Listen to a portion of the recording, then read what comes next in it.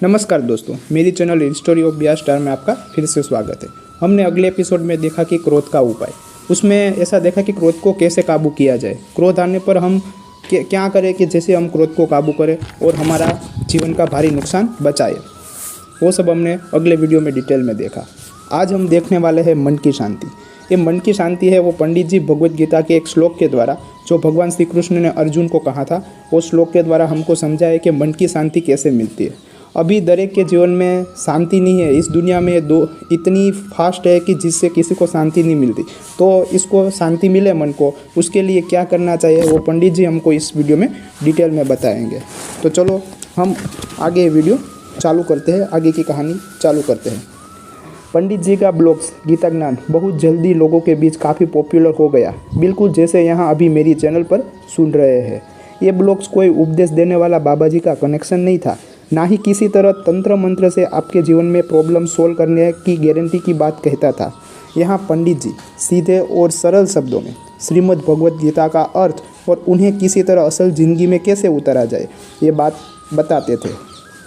पढ़ने वाले उसे आर्ग्यूमेंट भी करते थे कि यहाँ पर ऐसा क्यों कहा गया है, वैसा क्यों कहा गया है, या ये असल ज़िंदगी में पॉसिबल है कि नहीं, वगैरह वगैरह। पंडित जी हर सवाल का स्वागत करते थे, क्योंकि सवालों से जवाबों के रास्ते खुलते हैं और कई बार सवाल हमें उस जवाब तक ले जाते हैं ना जिसे हम पहले सोच पा रहे थे, ना किसी बात को देखने का ऐसा नज़रिया बना पा रहे थे। ऐसा नहीं था कि पंडित जी का ज्ञान बस उनके ब्लॉग तक ही सीमित था। अभी भी अपने दोस्तों के बीच सुबह शाम की सैर या हर शाम में पार्क में जमने वाली बैठक में कभी कभार स्पिरिचुअल डिबेट कर लेते थे। वहाँ भी उन सब में अक्सर मतभेद होते थे, लेकिन मनभेद कभी नहीं। पंडित जी के दोस्त में एक वर्मा साहब भी थे। उनका शहर में खूब बड़ा कपड़ों का बिजनेस था, जिसे अब उसके बेटे संभाल रहे थे। वर्मा साहब ने अब तो खुद को पूजा पाठ और दान पुण्य तक सीमित कर लिया था। शहर की कोई धर्मशाला, कोई मंदिर, कोई सरकारी स्कूल ऐसा नहीं था कि जहाँ वर्मा साहब का दान हुई कोई चीज़ ना हो। ये कैसे पता चलता कि कोई चीज़ वर्मा साहब ने दी है? उसके लिए वाटर कूलर, पंखा वगैरह दान की हुई चीज़ों पर हर दानी की तरह उसका नाम लिखा रहता था।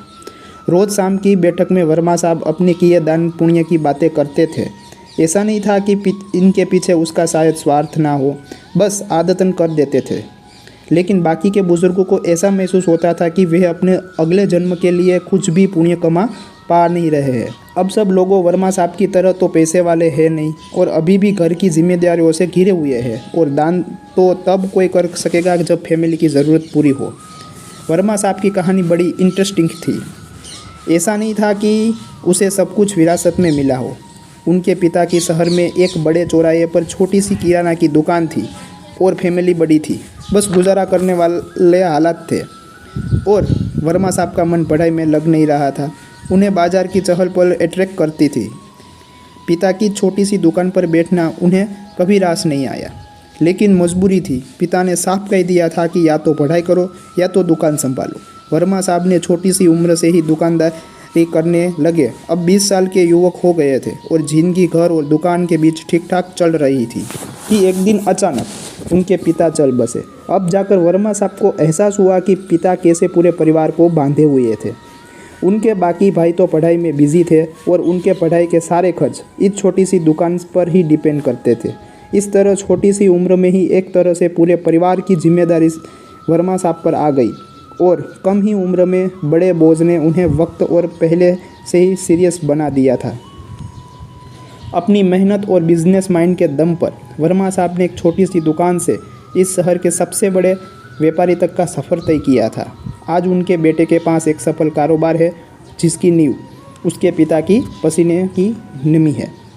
पंडित जी अक्सर एक बात नोट करते थे कि तमाम पूजा पाठ और दान पुण्य के बाद भी, जीवन के सारे सुख और सम्मान होने के बाद भी वर्मा साहब के चेहरे पर सुकून गायब रहता था, जो एक्चुअल में होना चाहिए।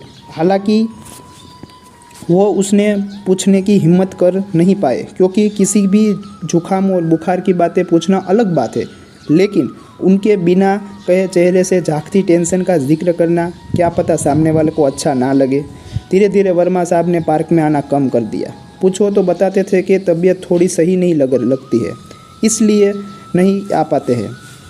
सबकी तरह पंडित जी ने भी इस उम्र का खेल समझा, लेकिन खेल कुछ और ही था, जिसका पता पंडित जी को जल्दी चलने वाला था। जब लगातार एक हफ्ते के तक वर्मा साहब पार्क में नहीं आए, तब मित्र मंडली ने सोचा कि क्यों ना उसके घर जाए और उसका हाल पूछा जाए। जिसके पास जब समय था तब उनके घर मिलने गया। एक दिन समय निकालकर पंडित जी भी गए और वहाँ जाकर उन्हें वही एहसास हुआ कि वर्मा साहब को शरीर की नहीं पर मन की परेशानी थी, जिसे वो किसी से भी बांट नहीं रहे थे। थोड़ा एकांत मिलने पर आखिर में पंडित जी ने वर्मा साहब से पूछ ही लिया, उनकी ये बेसुकनी की वजह क्या है? क्यों उसका मन हमेशा अशांत रहता है? क्या उसके पीछे परिवार या कारोबार की कोई समस्या है?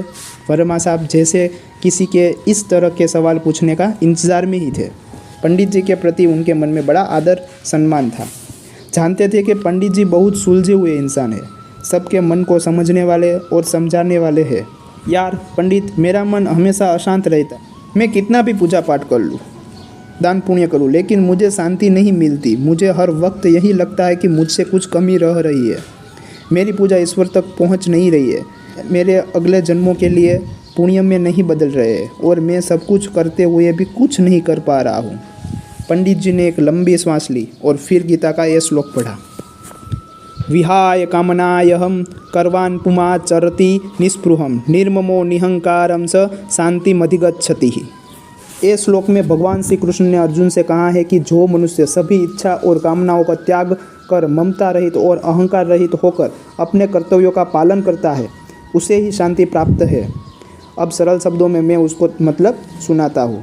जब हम कोई भी काम करते हैं, चाहे वो रोज का काम हो या किसी की मदद करना जैसा काम हो, यदि हम किसी तरह का स्वार्थ या अहंकार से भरकर करते हैं, तब हमें किसी भी तरह में उस काम में सुकून नहीं मिलता।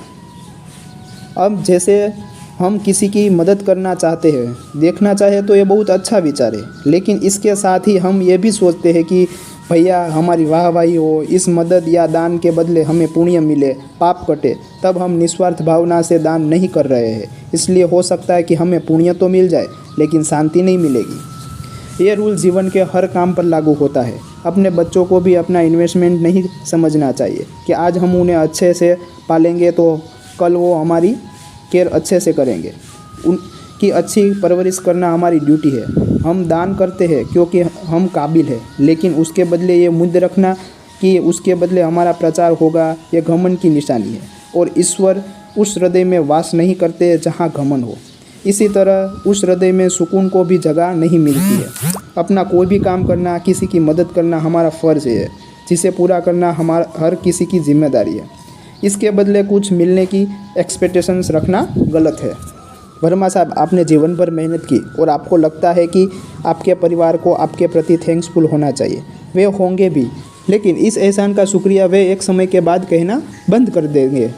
लेकिन आप हर समय ये सुनना चाहेंगे। ऐसा ना होने पर आपको दुख होगा, जबकि देखा जाए तो आपने किसी पर एहसान नहीं किया है। आपने जो किया वो परिवार के सदस्य होने के नाते आपकी रिस्पॉन्सिबिलिटी थी।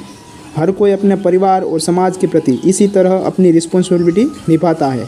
आप पूजा पाठ करते हैं, ये भी उस भगवान के प्रति हमारा फ़र्ज है जिसने हमें मनुष्य के रूप में जन्म दिया और इस धरती पर सभी सुख भोगने का अवसर दिया। अपनी पूजा का प्रदर्शन करके भी हम सब सुख से हाथ धो बैठते हैं। इसलिए कोई भी काम बिना घमंड और सेल्फनेस से किया जाना चाहिए, तब मन पर किसी तरह का बोझ नहीं होता और हम जानते हैं कि हमने अपना काम अच्छे से किया है। बाकी उसका फल जो भी हो वो ईश्वर और किस्मत पर छोड़ देना चाहिए। वर्मा साहब को अब समझ में आ रहा था कि कहीं ना कहीं उन्होंने आज तक जो भी किया उसमें उनका एक स्वार्थ जरूर हो रहा। लोगों द्वारा उनकी एफर्ट्स को स्वीकारे जाने, उनका गुणगान किए जाने की इच्छा रही और इसमें भी कोई कमी दिखी तो उनके मन को सुकून नहीं छीन गया। गीता के इस ज्ञान ने मेरी आंखें खोल दी है। मुझे समझ आ गया है कि शांति की राह बिना किसी अहंकार और स्वार्थ किए काम में है। उनके चेहरे पर थोड़ा सा सुकून की झलकने लगा। पंडित जी खुश थे। आज गीता ज्ञान से के कारण एक और मन को जीवन का सही रास्ता मिल गया। उन्होंने मन ही मन भगवान श्री कृष्ण और श्रीमद् भगवद गीता को प्रणाम किया और मुस्कुराते अपने घर की ओर निकल पड़े। तो दोस्तों, मेरा ये वीडियो अच्छा लगा हो तो मेरे चैनल को लाइक कीजिए, सब्सक्राइब कीजिए और शेयर करना मत भूलिए, ताकि मेरी वीडियो आप तक पहुंचती रहे।